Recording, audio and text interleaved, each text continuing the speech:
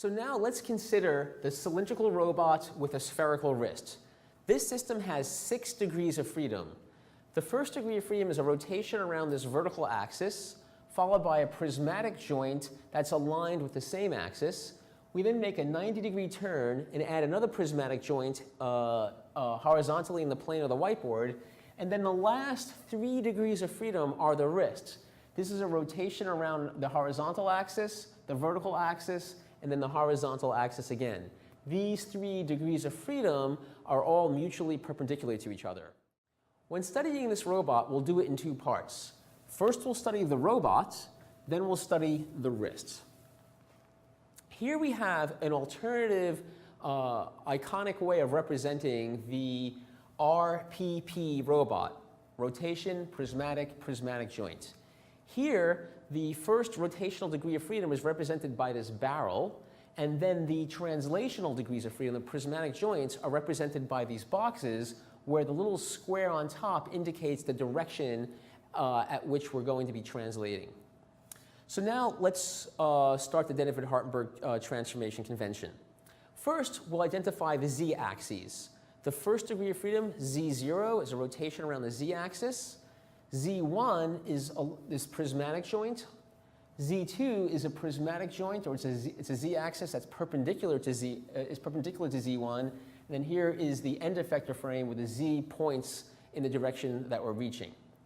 Once we have these z-axes identified, now let's identify the base frame. We're going to put the origin at the center of the first degree of freedom. And we have really an arbitrary choice as to where x0 can be. So for now, let's have x0 pointing out of the projector. So now we have the base frame. From here, we assign the rest of the frames. For frame 1, we're going to choose, for frame 1, since the z0 and z1 axes are actually collinear, there's going to be no link length and no twists. The only thing we have is the distance between these origins, and that distance we're going to denote as d1. Notice that d1 is not drawn on this figure. If during your exams or your homework problems you note that there's a need for an additional variable or parameter, it's up to you to write that down and then indicate it accordingly. You could have just pretended this was a 0 since this wasn't here, but then we would be making up some rotational prismatic joint that I don't think really exists quite yet. So let's just put d1 there. So finally, the joint variable is the rotation around the z-axis that is the theta1 star. So this first row describes the transformation from frame 0 to frame 1. Now we're going to do the second row, and that is the transformation from frame 1 to frame 2. Here, the z-axes actually intersect, so it would be a good choice to put the origin of frame 2 over there. x2, we have some freedom by which we choose x2, again, as long as we make sure x2 is perpendicular to z2 and z1. In this case here, we'll choose x2 such it's mutually perpendicular and still parallel to our x1 axis. So now let's look at the parameters. The link length is going to be 0 because the axes intersect. There is this 90-degree turn where we went up and then over. The thumb is pointing into the whiteboard, which is the opposite direction of x2. So this makes it a negative 90 degrees. Our joint variable here is this d2 star, which is the distance between x1 and x2. And then finally, there's no orientation, so this is 0. So now we're ready for row 3 of the Denevit-Hartenberg transformation, which describes the transformation from frame 2 to frame 3. Once again, the z-axes are indeed collinear, so the link length is 0, and there's going to be no twists. The distance between the x2 and the x3 axes is our joint variable, d3, so it has the star. And again, there's no rotational degree of freedom, so therefore this is 0. So now let's look at what these transformations look like. Here, you can see there's this translation along the D1 axis. This was a fixed amount followed by the rotational degree of freedom. And then these were the next two transformations. When we multiply them together, this is the final result. Now, if you want, you're welcome to, once you have the table figured out, just simply substituting into the general form of the Dennevit-Hartenberg transformation for one row, get each of these matrices, multiply them together, and that's the resulting forward kinematic map. So now let's look at the spherical wrist. It has 3 degrees of freedom, where we have the first degree of freedom in the plane of the whiteboard, a next degree of freedom coming out at us, and then a third degree of freedom that's horizontal. So now we'll draw the spherical wrist with this alternative iconic drawing where we have our 3 degrees of freedom represented by these barrels. So we're going to have this frame here just as a reminder of what it looks like after we redrew this rotated wrist. The z-axes are trivially assigned. They're through each of the rotational degrees of freedom. And since the z-axes intersect at a common point, we'll choose that point to be the origin. So now it's a matter of choosing the x-axis. So x4 is going to be the axis that's mutually perpendicular to z3 and z4, and that axis is pointing like so. x5 is going to be the axis that's the mutual perpendicular between z4 and z5. That gives us this.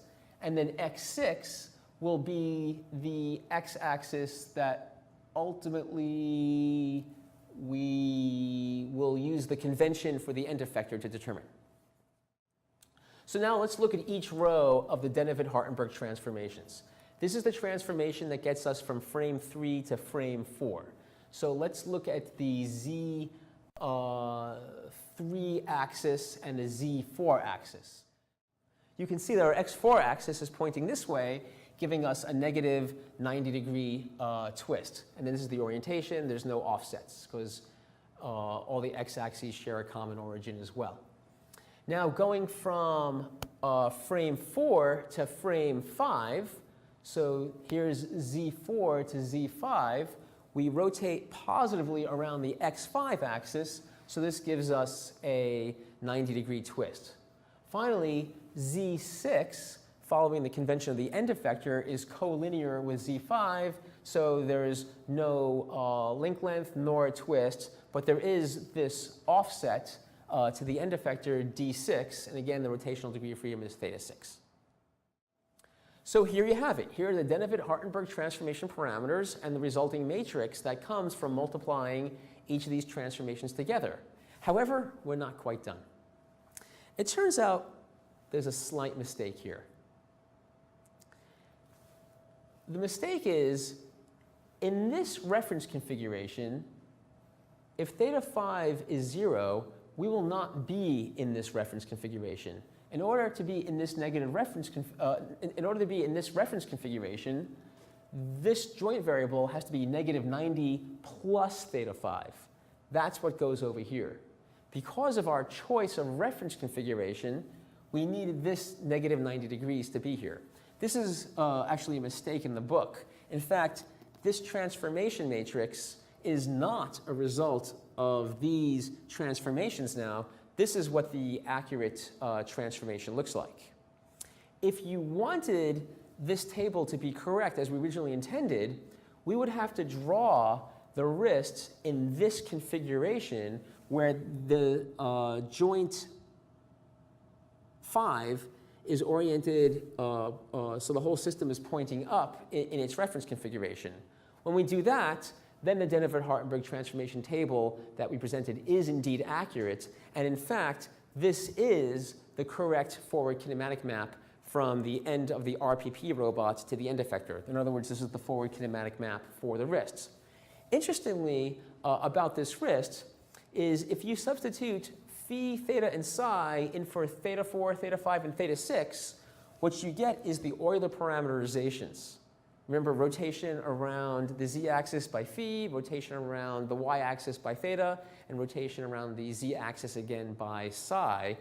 those three numbers, correspond to three transformations when multiplied together is the Euler parameterization. So here, this wrist could actually be called an Euler wrist because the degrees of freedom match up that of the Euler parameterization. You'll see next week why this little algebraic observation will be useful.